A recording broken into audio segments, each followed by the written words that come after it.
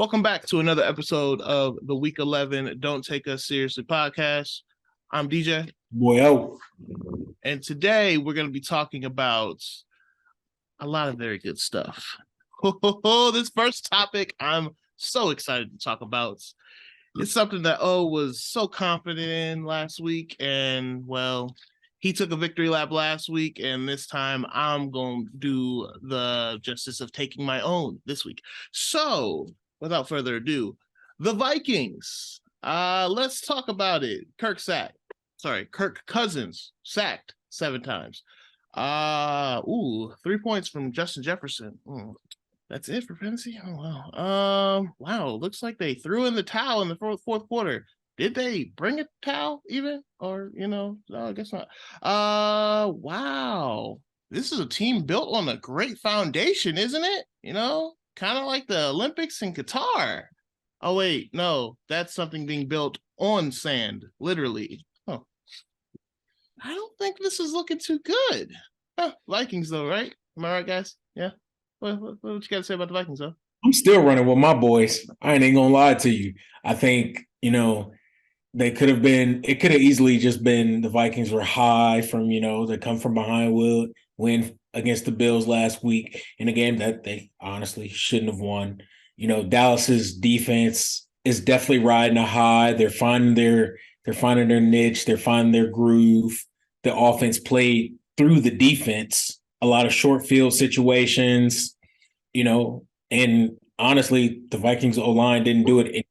Who gave them those short fields? Oh, if you don't mind me asking. Them 7 sacks. Oh, okay. Oh, yeah. Kirk Cousins, Kirk sack. Yeah, that's right. Yeah.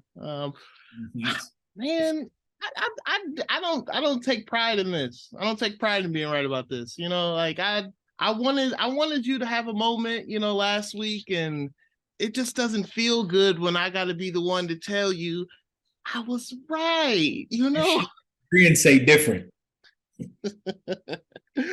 Well, all we know is that the Vikings, they really ain't much, man. I mean, this team right now is looking real pedestrian. It's looking real front runner heavy.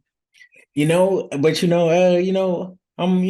on counter punching, and for you to, you came at me real heavy. Let's talk about you being wrong about your boy Zach Wilson. That potential top, what'd you say, 20 or was it 15?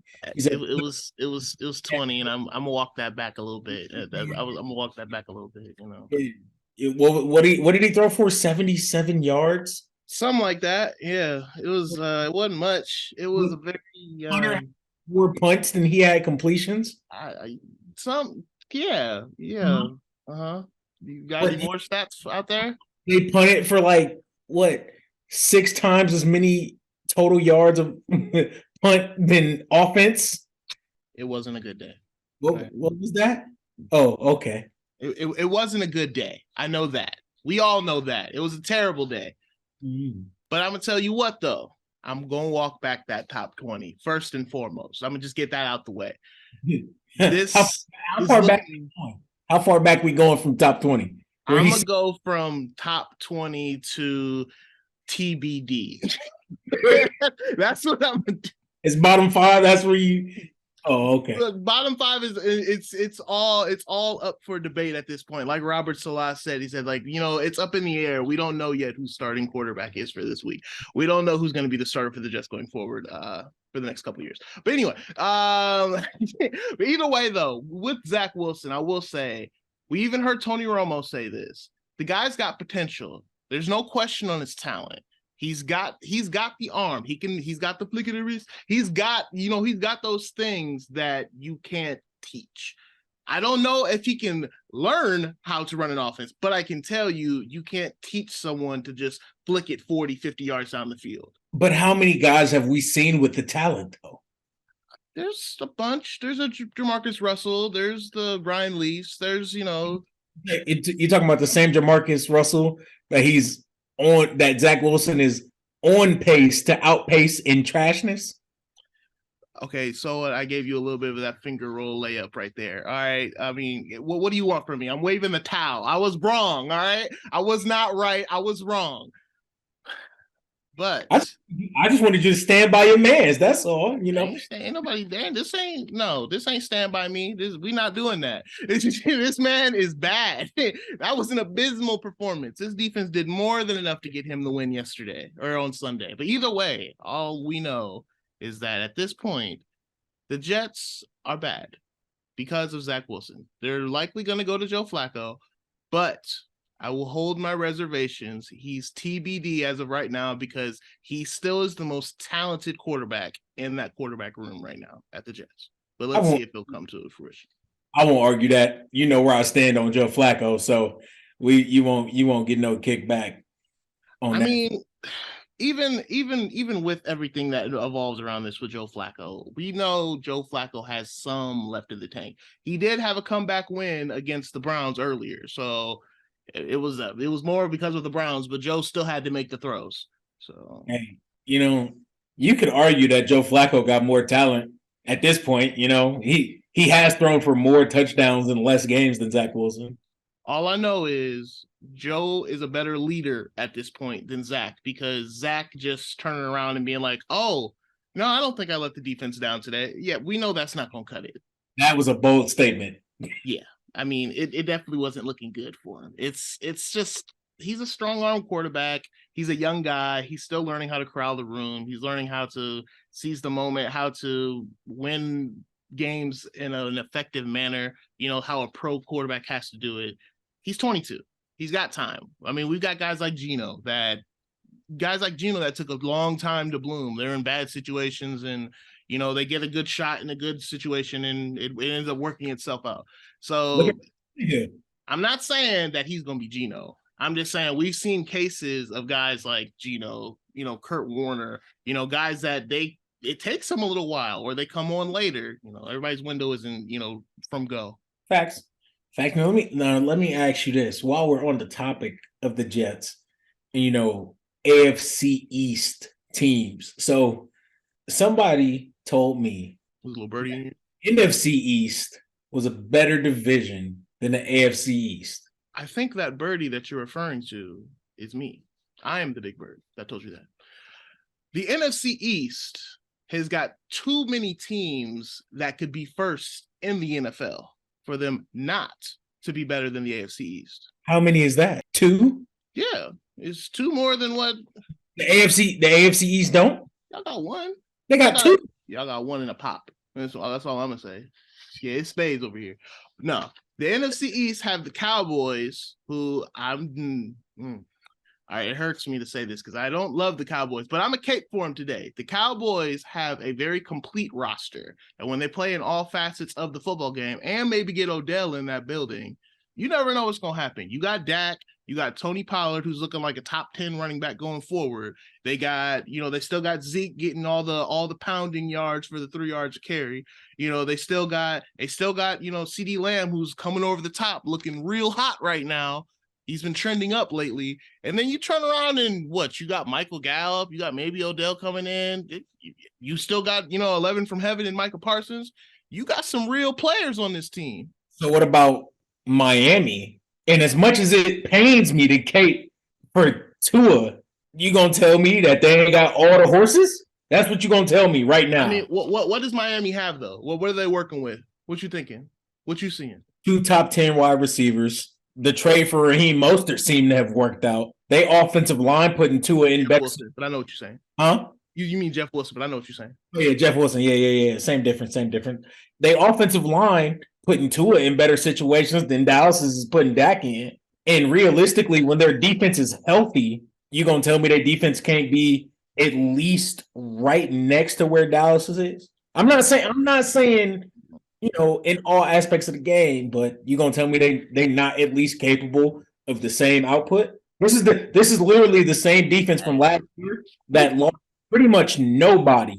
I think you're bullshitting. Nah, you crazy. And then let's not forget the front runner in Buffalo. I'll give you Buffalo. I'm not going. I won't disregard them. But you're not also going to tell me in this moment that Buffalo is not a wounded deer at the moment. This is not. They are not the predator. They're the prey at the moment.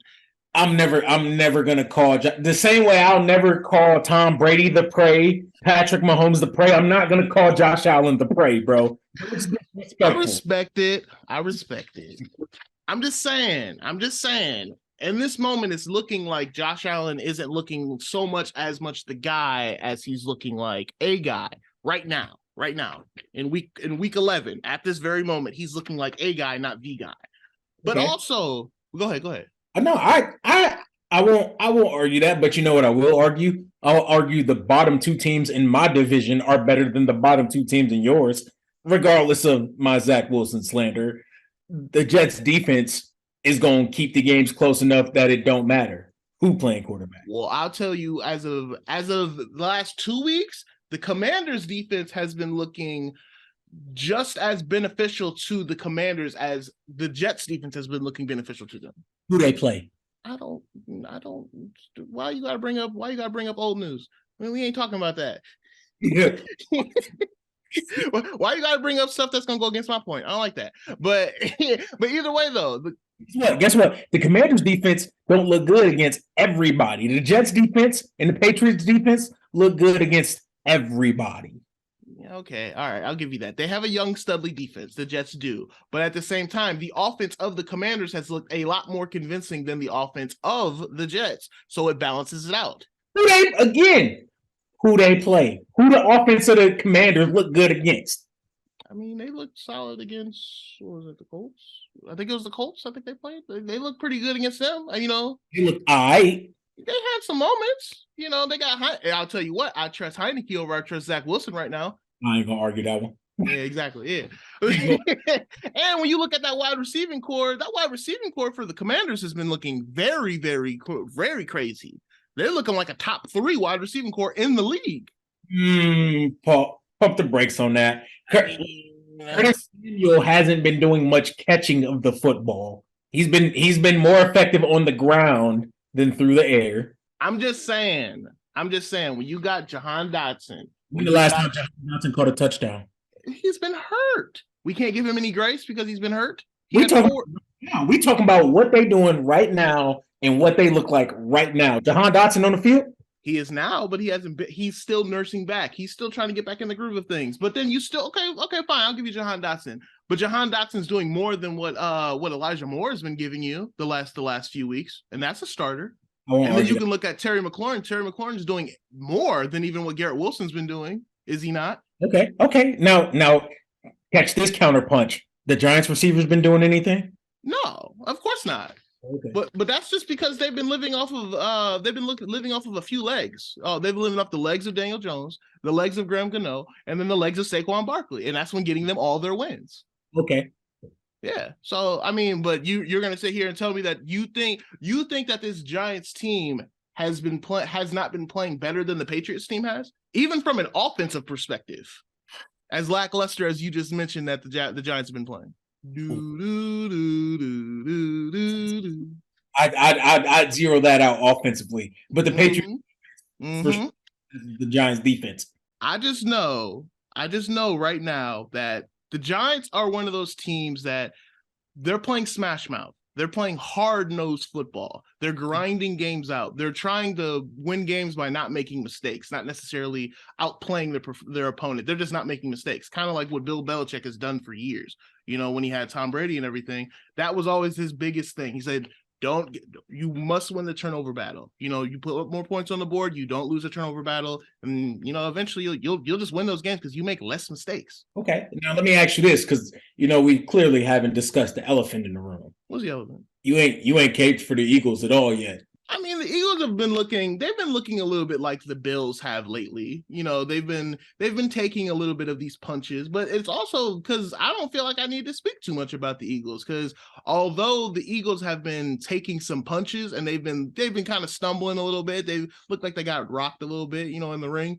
These Eagles are still winning these games.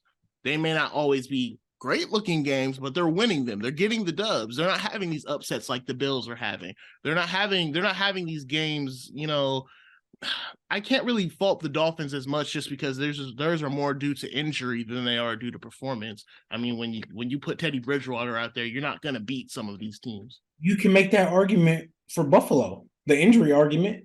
Sure, on defense, I'll give you that. But at the same time, with Josh at times though, it wasn't always the injury. Sometimes it was mental. I mean, No, it's questionable decisions. I won't argue with Jalen Hurts.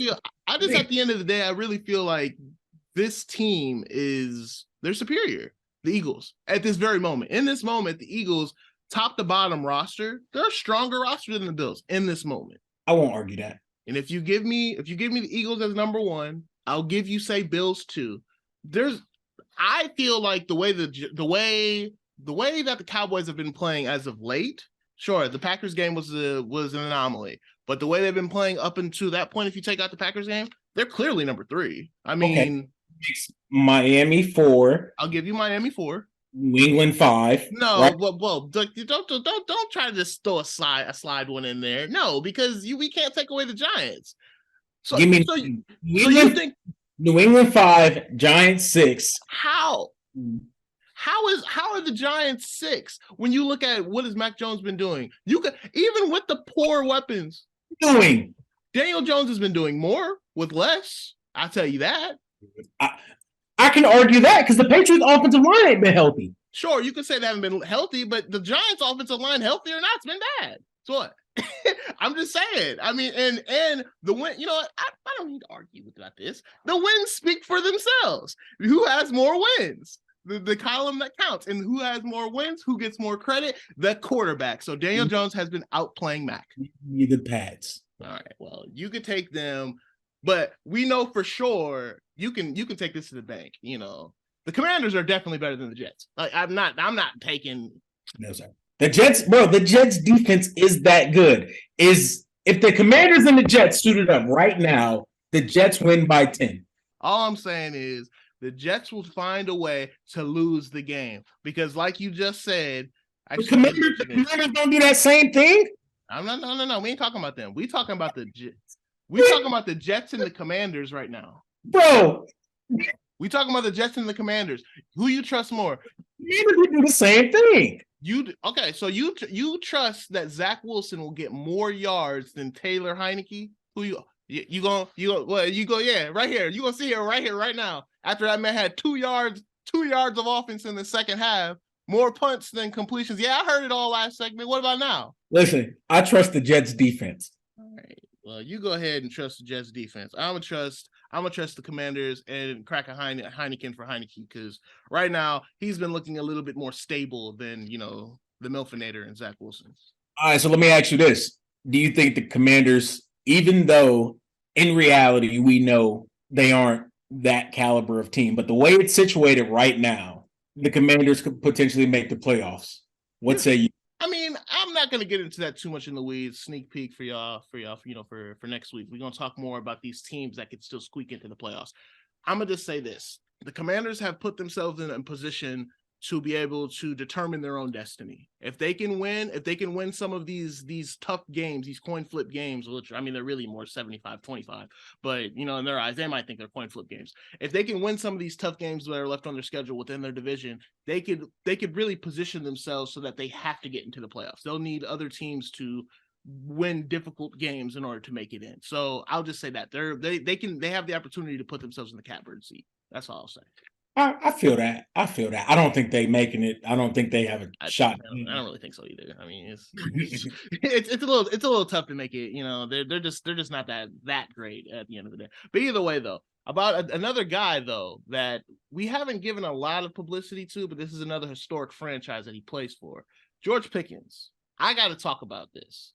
George Pickens has this true gene in him that looks like he could be the next guy. He could be the next superstar coming out. Like he could be as much as hype as we gave DK Metcalf coming out and everything. George Pickens has already made 2 or 3 catches this year that are up there with some of the great wide receivers in the game today. So this is a young stud that really has true potential. I mean, the internet loves him. He's got the memes going around, with the ski mask on and everything. He truly looks like a guy, like a force to be reckoned with. But he also comes with questionable character concerns, which is why he fell in the draft. Why is it that George Pickens, as talented as he is, as much as a breakout game as he was on pace to have last game, he goes and does this stupid hit that really put Tyler Boyd's career in jeopardy. It's hard, man. I don't know, because there's so much talent there. There's so much talent there, but he, like you said, it's the questionable character. It's the same concerns that he had at Georgia with the poor decision making. And at this point, that was a very crucial moment in the game. Say they did recover that kick. Yeah. That penalty throws it all away. Exactly. Yeah. I mean, I don't mean to pile on a young guy, but this isn't so much about him. He made a stupid mistake. He needs to atone for his mistakes. He needs to grow and get better from this. I know how Mike Tomlin is. Mike Tomlin is going to correct this. He's not going to let this happen again. But at the same time, the Steelers organization has a tendency. They love to draft these troubled wide receivers, these troubled running backs, or at least guys that end up becoming problems due to drama and things of that nature. I mean, just players in general, if you look at it. I mean, when they had James Harrison, I get him drafted free agent, another guy from Ohio. Hey, more power to you.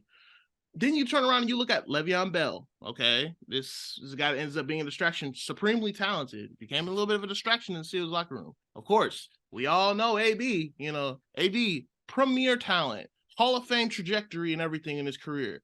At one point, he was having a stretch like we've never seen, or close to like what we've never seen in NFL history. And then you got Martavis Bryant, couldn't stay hot. Big Ben, that was a scenario and a half. Yeah, I mean, we're seeing a trend happen here with a lot of these guys that, oh no, it's we can make it work, but as long as they win, they go ahead and they sweep it under the rug. We don't really care about that. That's perfectly fine as long as they win. But at what cost? And at the end, truly, just to bring it back to George Pickens, at the end of the day, this is a young dude he's got so much potential. Like, he could really truly be the next thing in this league. Why can't we just nip this in the butt before it becomes a problem later? It's hard, man. It's hard because you got to have the player buy in. And so far, like you said, we're just not seeing much of a change in George Pickens' current. And it sucks. It really does. But, maybe Mike Tomlin can get a grasp of this one. Maybe. It's still early, and, we already know, what's going on. We see the talent. Maybe he can get ahead of this one. Maybe the curve isn't too strong. But to be fair, the Steelers don't have the greatest track record with handling this type of thing. They definitely don't. And I'll even put a little bit of context to this situation, this scenario. So we look at George Pickens in this game. He had a touchdown pass that was thrown to him really early into the game. Then he makes a spectacular move on a miscommunication in a corner and a safety, and he gets behind them all. And Kenny Pickett, he overthrows him, trying to get a free touchdown his way. So I could see some frustration building up from that, just from a missed opportunity. And then later in the game's a little bit out of the balance, at this point. But at the same time, he's still out here playing hard, and he makes a great play down the field, down the sideline, and he just drops a touchdown. Like, it had nothing to do with the defender. It was a perfect ball, perfect situation. He just dropped it. Like, just one of those mishaps. We've seen it. We've seen great receivers do it. But to turn around, and then when you finally get another opportunity on the field and you go for the cheap shot, it's like that's a mental mistake. You can't do that. You get ejected from a game, and probably your best game. It's little stuff like this that players remember down the road, or when they see this on film. I don't wish harm on nobody, but when players see this on film, they're going to be like, oh, well, if he wants to do this to him, I'm going to get him back next time. Or, oh, I'm going to see him. He going to have to see me for this. And then turn around, and now he's getting cheap shotted. And it's like, you just don't want to put that out into the world. You play the game the right way, and the right things happen to you. You hope. That's a fact. But, what do I know? I'm just an average guy watching the game. Speaking of another average guy, but this one plays quarterback, Russell Wilson and the Broncos. We'll keep it brief. We'll keep it light.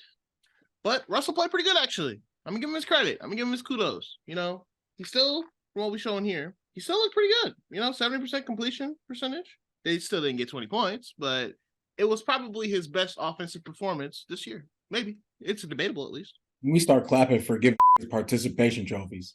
Wow. I'm just saying they played the Raiders. We that's what we doing. That's what we doing. We applauding for losing. All I'm Now gonna say is this. All I'm gonna say is this. Yes, it was the Raiders. Yes, it wasn't. They still didn't win at the end of the day. Let's just call it as we see it. They didn't win the game. But you know what? Broncos fans don't have to leave the stadium with bags over their heads because it wasn't that bad. They just lost still. And you know what? Never mind. It was still due to Russell because he still threw the ball on third down and it was an incomplete pass. And that gave them the whole chance for the Raiders to come back and win the game, to tie the game and then turn around and win it. So, yeah, sorry, Broncos country. You're still not riding at this point. But I will tell you this. These wide receivers, they may have to start faking injuries because with the one good game from Russ is going to come 3 or 4 bad games from Russ. So wide receivers, you've seen these defenses do this before in the past. 2-minute drill comes around and I got a cramp. Need a referee timeout. We gotta stop them because they gashing us in this 2-minute drill. Just hurry up offense. Wide receivers start doing that because you don't want to catch these passes from Russell Wilson. We all know he sucks. You know he sucks. You catch passes from him in practice. You know they ain't good there either. So if you fake trip, you can act like you hurt, so that way you ain't got to deal with him putting your life on the line. Yeah, well, poor Cortland Sutton. At least Jerry Jeudy gets to get a week off because he missed the game. Either way, though, let's talk about fantasy football now. We got some players here. Yeah, this is a rough topic this week. I've been doing backflips and jumping jacks and shit, bro. But baby. Well, let's talk about number 1, Samaje Perine. Whew, the waiver wire sure had a field day with him, didn't they? Because 3 touchdowns, 3 catches for touchdowns in this game. Joe Mixon was active at first, bro. What was that? Rest in peace to whoever started Joe Mixon, bro. Yeah. He suffered a head trauma injury in this game. We thought it was just from, a concussion, but it may have been from his head exploding from Samaje taking all of his snaps. But that happened. He didn't do nobody waivers either. And he ain't on nobody's roster. No, nobody. Even in bye weeks, nobody still played Samaje Perine. Nobody. But I'll tell you what though. It's fantasy land. You try to predict this stuff every week, hey, you're going to have weeks like this happen. So just accept the fantasy football torture and, just live. Just move forward and live on. In my throat. I know. I think it's just me overcoming a cold, right?